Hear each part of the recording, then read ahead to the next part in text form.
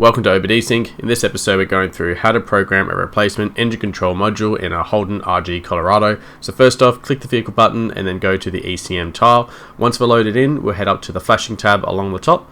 We're then going to make sure we have a battery maintainer fitted to the car first, and once we do, we'll go ahead and click right. We'll have a pop-up indicating that it's going to return this engine computer back to a factory tune. So if you do have a custom tune, it is going to wipe that away and put a factory tune onto it. When ready, we'll click continue. This will then begin downloading the required files for this vehicle and that engine computer. Once it's downloaded, it will then begin the flashing sequence.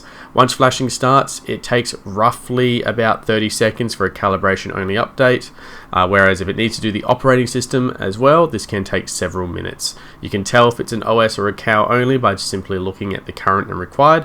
If the operating systems are the same, it means it will do a calibration only update. I have fast forwarded this, that's why it was faster, but you would typically see about 30 seconds. Once it's completed, it will have a pop-up indicating that the flash was successful. We'll go ahead and click OK, and then head over to the Learn Functions tab. Here we have multiple options we can do. So if you have a tire size configuration fault present, you'll need to do that option next.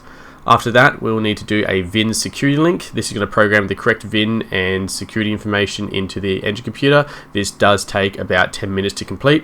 Once you've done that, you then need to go to the Immobilizer security link. This does take about 15 minutes to complete, so you must have a battery maintainer during that point. Thanks for watching. Make sure to like and subscribe. Otherwise, we'll see you next time.